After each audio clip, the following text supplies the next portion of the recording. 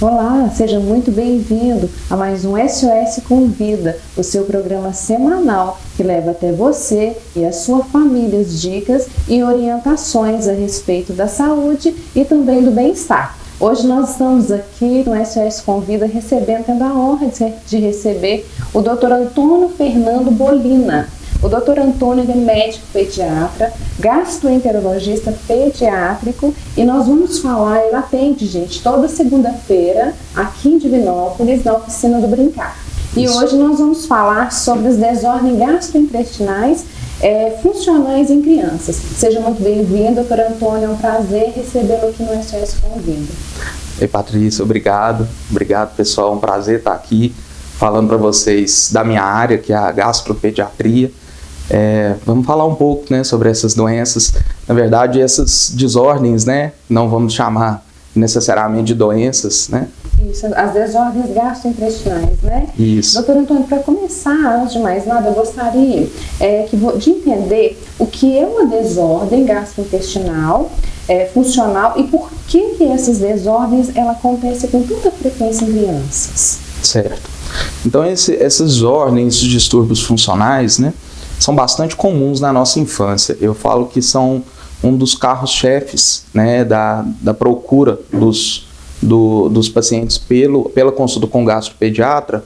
A gente vai falar melhor sobre algumas, mas de modo geral essas doenças ou esses distúrbios são bastante comuns porque na infância a gente passa por um período de adaptação, vamos dizer. Eu costumo fazer uma relação, quem é paciente meu já escutou isso no consultório, que o paciente quando ele nasce, com o bebê, então quando ele nasce, é como se fosse um fruto que deu no pé, que ele está pronto, está perfeito lá, só que ainda está verde. E ele passa por esse processo de amadurecimento após aquele período inicial de formação.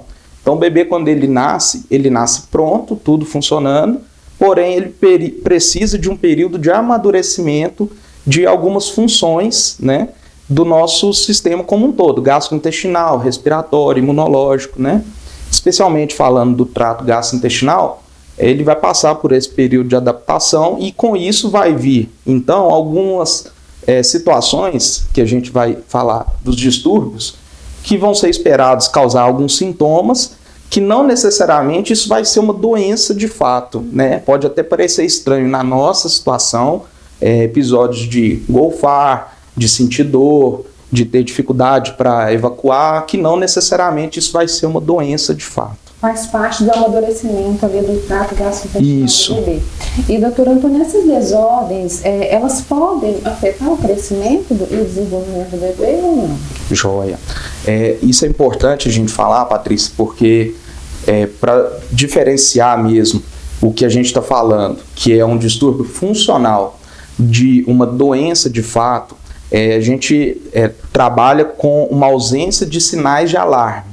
Dentre os sinais de alarme, normalmente, então não vai haver um comprometimento do crescimento, quando a gente fala então desenvolvimento ponderoestatural, ganho de peso, o crescimento, né, vamos dizer, estatural da criança e do bebê, e o desenvolvimento como um todo, né, adquirir as suas funções, desde o início, quando sustenta a cabecinha, começar aquele desenvolvimento tanto motor quanto o desenvolvimento como um todo do bebê, né? Então isso não há um comprometimento desse desenvolvimento ponderoestatural e do desenvolvimento neuropsicomotor em nenhuma desses distúrbios. Então não tem não vai haver nenhuma, não vai afetar o bebê. Isso mesmo. Tá.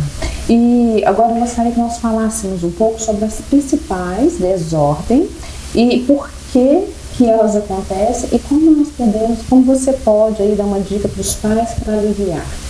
Joia. Bom, as medidas elas vão ser mais específicas de cada uma das suas desordens, né? Então, aquele bebê, por exemplo, que vai ter um refluxo, nós vamos ter medidas mais direcionadas ao tratamento, à melhora dos sintomas relacionados ao refluxo, às regurgitações. Aquele que tem, por exemplo, uma constipação, vão ter medidas direcionadas à melhora da constipação. Então, até que a gente, para falar dos tratamentos, talvez o ideal é a gente esmiuçar de cada uma. Acho que a gente pode falar de cada uma delas. Eu acho que são medidas em geral principalmente não farmacológicas, tá? Primeiro passo. E o segundo passo, em alguns casos, pode ser necessário o uso de medicação, mas isso não necessariamente caracterizando que isso é uma doença de fato, uma doença orgânica causando, tá? Isso seria somente no caso, isso é uma questão momentânea, né? Sim. Isso vai passar. Com certeza. Vai passar, gente. Não fiquemos preocupados, vai passar. Isso. E agora nós vamos falar sobre a regurgitação do lactente. Como é que acontece e quando acontecer, o que pode ser feito, doutora Antônia? Porque as pessoas ficam desesperadas com essa regurgitação, com refluxo, né? Sim. Bom, a regurgitação do lactente é um quadro bastante comum. Existe um dado que por volta dos 3, 4 meses, que é o pico da ocorrência da regurgitação, até 70% dos lactentes pode ter episódios de regurgitação de golfo, né? A regurgitação ela vai se diferenciar principalmente da doença do refluxo, que é diferente, onde há um comprometimento no ganho de peso, é um bebê mais agitado, mais choroso. Na regurgitação do lactente isso não acontece, é um bebê mais tranquilo, que apesar de ocorrer episódios de exteriorização de um conteúdo gastrointestinal, então a definição da regurgitação que é essa, que é a exteriorização desse conteúdo, independente do volume, viu gente? Isso é muito importante, porque uma das coisas que traz muita preocupação às pessoas é ver aquilo acontecer de uma forma frequente num volume grande, mas isso não necessariamente quer dizer que é um problema.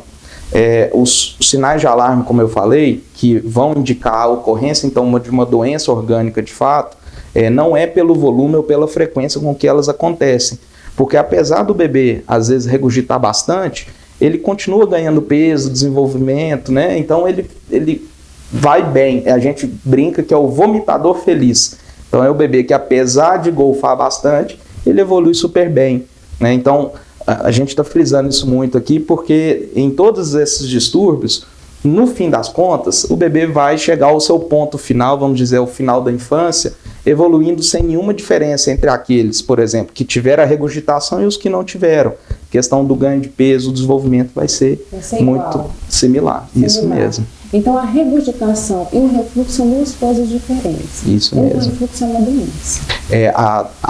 O refluxo a gente vai chamar ele de refluxo fisiológico quando está dentro dessa regurgitação do lactente, e o refluxo fisiológico então é o refluxo normal que pode acontecer sem ser nenhum problema, e a doença do refluxo gastroesofágico é que é realmente a doença, normalmente quando tem esse comprometimento no ganho de peso, a criança fica mais nervosa, ela dorme pior, ela tem recusa alimentar, ela começa a ter repercussões, inclusive às vezes em exames relacionados a esses episódios de regurgitação, e aí suscita a preocupação com outras doenças que poderiam justificar esse refluxo, esses vômitos. E o refluxo tem algum exame que a gente pode fazer para diagnosticar? Ótimo.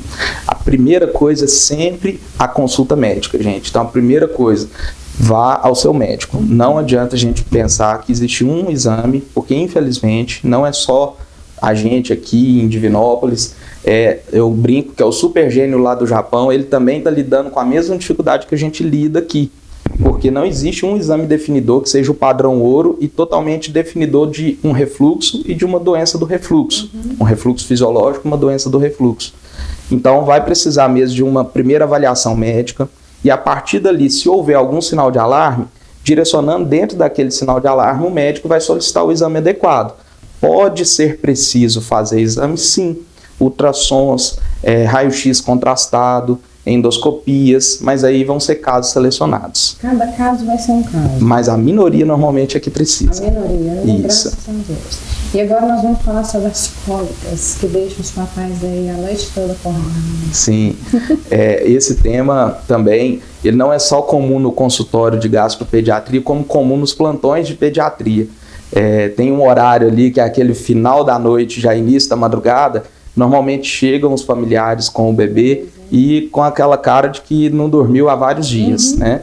Então as pessoas vão chegar com a queixa normalmente que o bebê está chorando há várias horas, que o início ocorreu de forma súbita, sem nenhum motivo aparente, e nada parece estar consolando aquele bebê. A cólica, ela é também um distúrbio funcional, né? A cólica do lactente. Ela também, nós não sabemos exatamente o porquê, apesar de suspeitar de várias coisas, como, por exemplo, o envolvimento da microbiota intestinal, talvez relacionado à motilidade gastrointestinal, à movimentação do nosso intestino. Então, essas coisas são coisas que a gente suspeita que pode causar, né, a frequência dos gases também, que justificaria, às vezes, essas cólicas. Mas nada totalmente definido, e com essa dificuldade em saber o porquê a cólica acontece, a gente tem uma dificuldade também em tratar essas cólicas. Então, até hoje não existe nenhuma medicação, uma medida totalmente eficaz, mas assim como a gente falou na outra situação, esse paciente, ele acaba, apesar de passar por esse período de choro, ele evolui bem. Então, é um paciente que não tem maiores problemas futuros relacionados a ter a cólica infantil. E existe diferença na cólica, por exemplo, essa é uma dúvida muito grande, de mãe que amamenta no peito e a fórmula? Joia. Em relação a essa cólica, não tem uma definição dessa diferença, tá? É claro que um dos diagnósticos diferenciais que vão ser feitos nesses pacientes é com a alergia à proteína do leite de vaca. Em alguns casos, pode haver uma suspeita mais forte e a gente direcionar, principalmente se o paciente já tem contato mais direto com a proteína através de uma fórmula infantil. O leite materno, claro, é o melhor alimento que o bebê pode receber, né? E em relação aos tratamentos, tem alguma diferença também, porque dependendo do paciente, se ele amamenta em seio materno ou em fórmula infantil, ele pode responder um pouco melhor ao medicamento probiótico, por exemplo, porque o estudo que mostrou efeito do probiótico, ele mostrou uma relevância maior em determinados pacientes em comparação com outros. Então, por isso que a gente fala que não é 100% eficaz para todo mundo. Infelizmente, não é um remédio que vai resolver a cólica de todo mundo. Né? E agora nós vamos falar um pouquinho, Dr. Antônio Fernando, sobre a disquesia do lactente. Joia. A disquesia também é uma outra, essa é uma entidade menos conhecida, né? É um distúrbio menos falado, mas também muito frequente. A disquesia, ela é uma incoordenação, então ela passa por dois fatores que vão fazer o bebê ter uma dificuldade na hora de fazer o cocô, de evacuar ali no início, nos primeiros meses de vida, e essa dificuldade ela acontece principalmente por uma incoordenação. Então é como se ele tentasse fazer a força usando a musculatura daqui de cima da barriga, mas sem relaxar a musculatura lá de baixo. Então ele faz uma força em cima e não relaxa lá embaixo.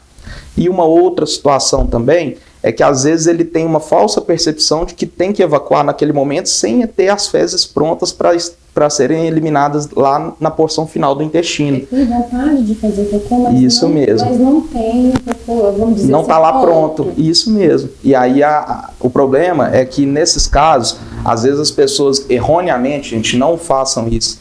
Não utilizem supositórios, não façam estímulo com o dedo, com cotonetes. Eu estou falando porque a gente vê alguns casos que o pessoal faz.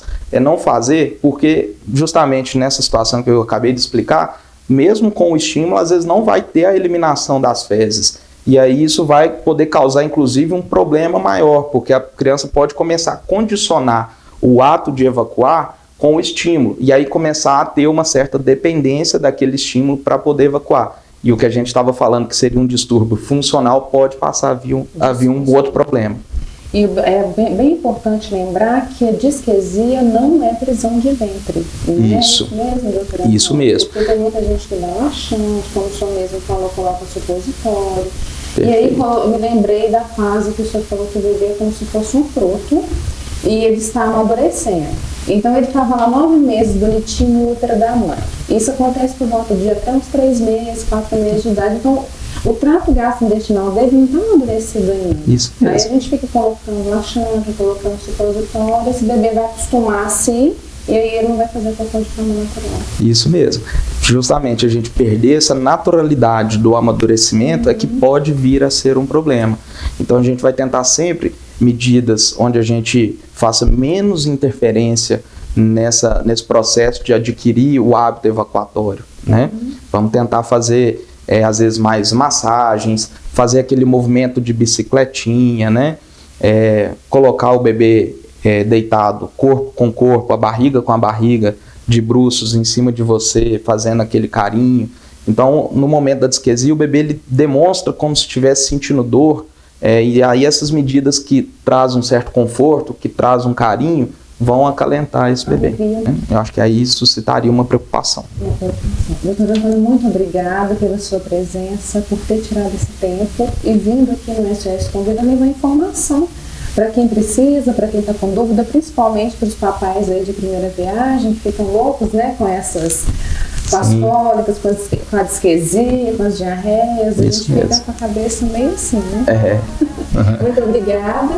E para você que nos acompanhou até aqui, eu e o Dr. Antônio deixamos o nosso abraço. Nós te esperamos na próxima semana. Um beijo, até lá e fique com Deus.